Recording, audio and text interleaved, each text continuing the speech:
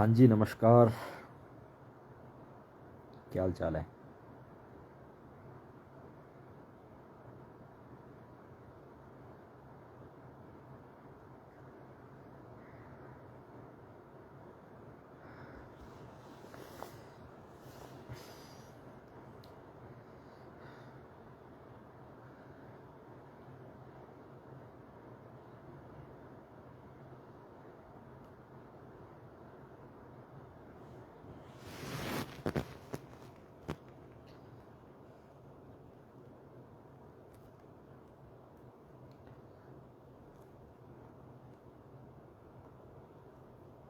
कईयों का मैसेज आया था कि चंद्रताल के बारे में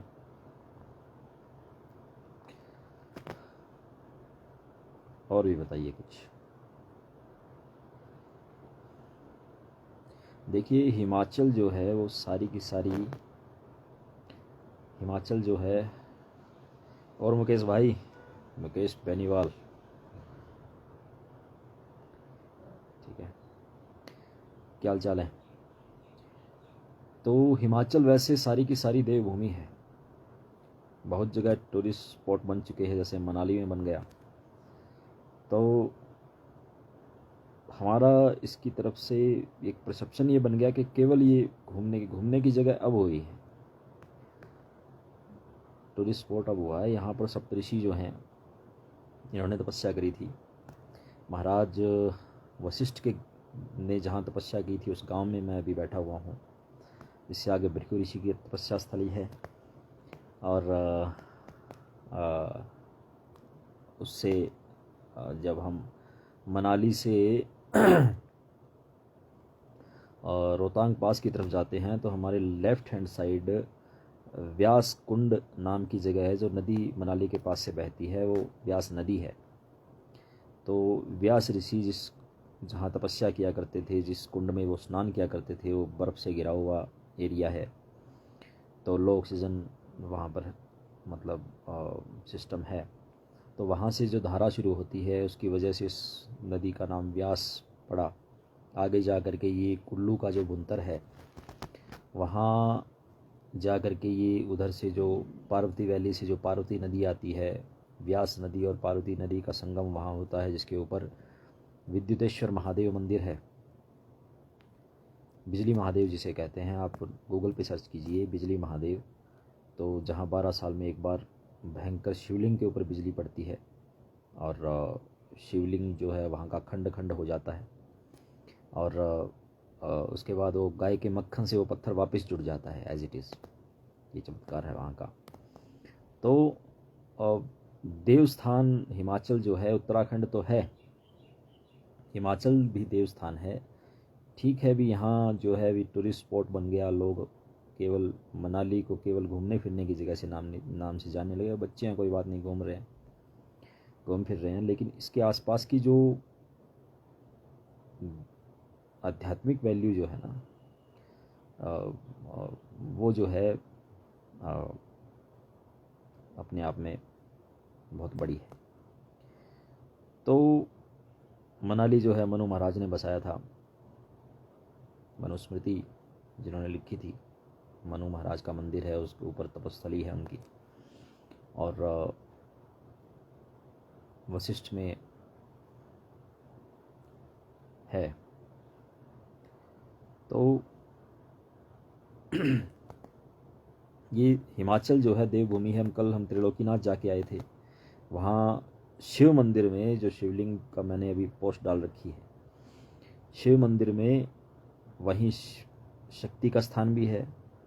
शैव कहते हैं जिन्हें भगवान शंकर का, जो भगवान शिव के पूजक होते हैं उन्हें शैव कहते हैं। विष्णु भगवान के पूजकों को वैष्णव कहते हैं। और माँ दुर्गा शक्ति की उपासना करने वाले शाक्त होते हैं।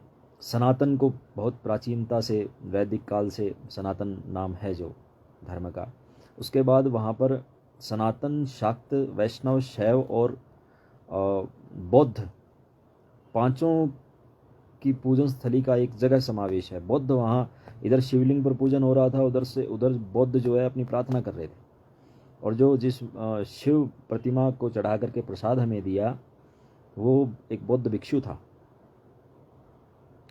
ये राजनीति का सिस्टम होता है जहाँ भी सबको जो फूट डालो राज करो, ऐसी प्रक्रिया है। त्रिलोकीनाथ मंदिर के बारे में आप सर्च करेंगे, त्रिलोकीनाथ मंदिर नियर उदयपुर।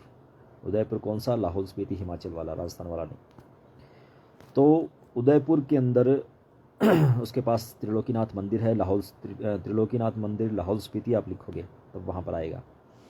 तो उस जगह पे 5 मतों का समावेश है एक जगह। वहीं शिवलिंग की पूजा हो रही है, वहीं हवन हो रहा है, वहीं बौद्ध भिक्षु जो है वो प्रार्थना कर रहे हैं अपनी शांति से, आराम से।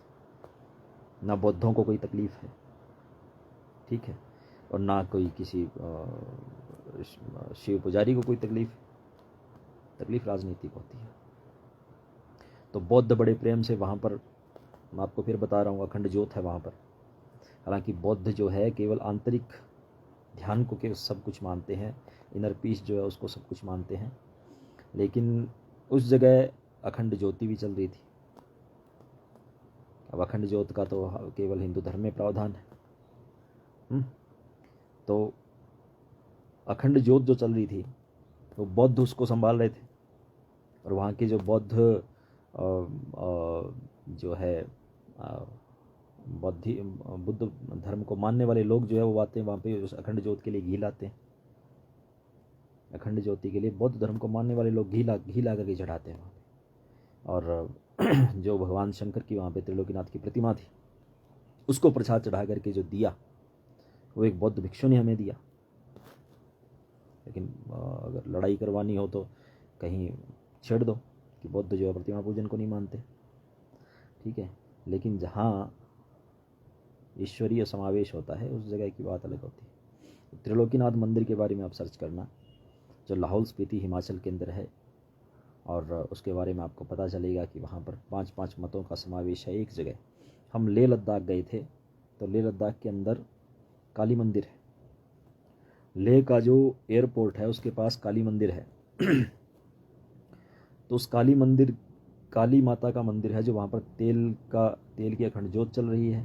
तेल चढ़ता है वहाँ पर, हालांकि वहाँ पे सरसों का तेल नहीं होता, ये तिल के तेल की बोतलें वहाँ पे पड़ी थी, काफ़ी संख्या में पड़ी थी। और काली माता जो उनकी प्रतिमा है वहाँ पर, वो बौद्ध मठ है। वैसे काली मंदिर जो है वहाँ का बौद्ध मठ है। और बौद्धों से मैंने पूछा अभी इनका कोई आप बताइए, हिस्ट्री बताइए क्या कुछ है। ये काली माता का अवतार जो है हमारे जैसे अपने हिंदू धर्म में है, तो बोले नहीं ये हमारे वाली काली माता है। बोले चलो ठीक है, आप देवता वगैरह मानते तो नहीं, लेकिन आपने मान लिया, आप यहाँ पर रह रहे हैं, पूजन कर रहे हैं, आप मान रहे हो, अच्छी बात है। और बड़े अच्छे तरीके से लेह के अंदर आप सर्च करोगे तो लेह के अंदर नियर एयरपोर्ट और काली मंदिर, तो बौद्ध मठ आपको मिलेगा। तो ऐसा दैवीय समावेश हिमाचल में ही हो सकता है। वजह क्या है कि हिमाचल के जो हिमखंड है ना, जो हिमालय है, हिमालय को वैसे बांट दिया गया उधर, और इधर अपने नेपाल से होते हुए जो श्रृंखला, हिमालय पर्वत श्रृंखला जाती है, उसको वैसे भारत जब आज जितना दिखाया जाता है, भारत उतना ही नहीं है, उसी प्रकार से हिमालय आज जितना बताया जाता है उससे कहीं ज़्यादा है। तो हिमालय को जो हिमखंड है, उस वजह से हिमालय को धरती का तीसरा ध्रुव कहा गया है, 3rd pole of the world. North pole है, साउथ पोल है, दोनों जगह बर्फ़ जमी हुई है। तो हिमालय को 3rd पोल कहा गया। इसे आप ऐसे समझ सकते हैं भगवान शंकर का त्रिशूल है, उसका एक फन एक साइड है, दूसरा फन दूसरी साइड है, एक बीच का जो फन है, इसे रजोगुणी संज्ञा दी गई। और देव, मानव और राक्षस 3 सतोगुण, रजोगुण, तमोगुण, उनकी व्याख्या होती है। तो जो बीच का जो मानवीय ध्रुव जो है उसको वो हिमालय पर्वत जो है, जो उत्तराखंड से होते हुए, नेपाल से होते हुए उधर आसाम तक जाता है, उससे भी आगे म्यांमार तक श्रृंखला जो है हिमालय की बहुत बड़ी है। बांट दिया गया वो अलग बात है। तो हिमालय देवत्व, ऐसा देवत्व जो है ना, जहाँ बौद्ध भी हैं, काली मंदिर की पूजा कर रहे हैं, इधर बौद्ध हैं जो शिव मंदिर की पूजा कर रहे हैं, शिव प्रतिमा की पूजा कर रहे हैं, ये केवल दैवीय स्थान जो हिमाचल है वहीं पर ही संभव हो सकता है। तो इस जगह की खासियत है। मुझसे पूछते हैं कई लोग, आप बोले पहाड़ों में इतने कई आसान जगह होती हैं, कई खतरे वाली जगह होती है, आप वहाँ पे क्यों जाते हैं? क्योंकि यहाँ पे देव दर्शन होते हैं। दैवीय यहाँ पर औरा दैवीय है। दैवीय औरा होने की वजह से यहाँ हिमाचल में आना जाना जो है वो इसलिए, पर्वतीय क्षेत्रों में आना जाना इसलिए लगा रहता है कि इसको आप एक भगवान त्रिशूल का जो, शंकर का जो त्रिशूल है उसका जो बीज का फन है, तो उस हिसाब से इसको संज्ञा दी गई। यही वैज्ञानिकों ने भी संज्ञा दे दी कि जो हिमालय के जो हिमखंड हैं वो, उसको आप मतलब थर्ड पोल कह सकते हैं, तीसरा ध्रुव जो है धरती का। और ग्लेशियर तो पिघल रहे हैं नॉर्थ पोल में भी, साउथ पोल में भी, और ग्लेशियर जो है हिमालय में भी पिघल रहे हैं। गंगोत्री ग्लेशियर गए थे 2 साल पहले, तो गंगोत्री ग्लेशियर जो है अपने स्थान से काफ़ी पीछे तक ख़त्म हो चुका है। और भविष्य पुराण के अंदर कहा गया है कि एक दिन गंगा जो है, गंगा का पानी ख़त्म हो जाएगा, वहाँ पर गंदगी होगी, सूअर लोटा करेंगे, और फिर भी वहाँ पर कोई श्रद्धावान आएगा, कोई कभी कभार एक आधा कोई उसी कीचड़ में भी गंगा जी को नमस्कार करके स्नान करके जाया करेगा। तो वो एक पौराणिक बात नहीं है।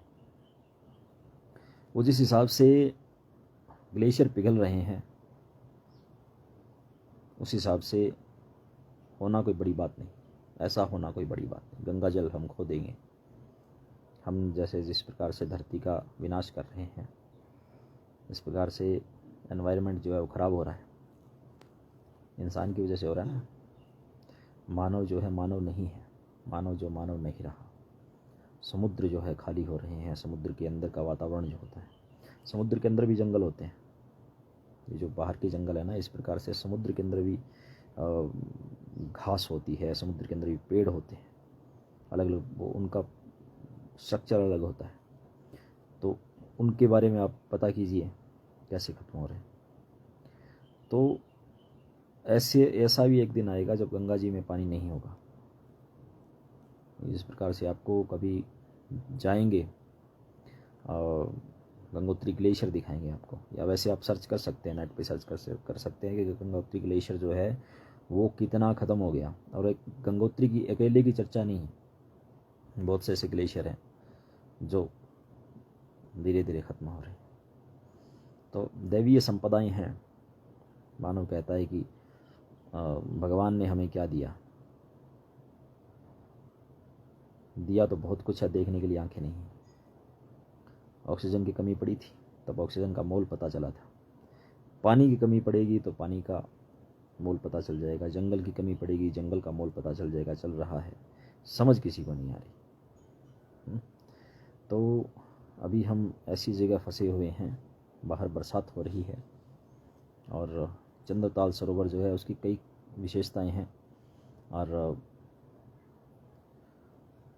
नेट पे आप सर्च करोगे तो एक वर्ड लिखना आप, UFO इन चंद्रताल। कोई शक्ति दिखी थी, 11 फुट का एक प्रकाश दिखा था, उसकी दूर से लोगों ने जब देखा तो उसकी तरफ भागे भी थे, अरे वो क्या चीज़ है, तो वो वहीं धरती में समा गई वो शक्ति जो है। कईयों के पास उसका वीडियो है, उसकी नेट पे फ़ोटो भी। उसके बाद उसको घोषित कर दिया गया, बोले ये तो बोले वेदर बलून था या वो एक कोई UFO था। और जो चंद्रताल की जो शक्ति है उसकी आप नेट पे सर्च करो, जिस जगह हम जा रहे हैं वहाँ पे नेटवर्क नहीं होगा, इसलिए मैं आपको पहले बता रहा हूँ। और उससे टूरिस्ट स्पॉट भी है, टूरिस्ट भी घूमने जाते हैं, और लोग वहाँ पर परिक्रमा करने भी जाते हैं उस जगह की। और वहाँ अलग अलग प्रकार के जो लोकल्स हैं वो बताते हैं कि अलग अलग प्रकार के चमत्कार वहाँ पर होते हैं। तो हम भी कोशिश करेंगे कोई एक आधा चमत्कार हमारे साथ भी हो जाए, ठीक है। और वहाँ की वीडियो फ़ोटो वगैरह आपको दिखाएंगे शेयर कर दिया करो, बस फ्री में मत देखा करो। धन्यवाद।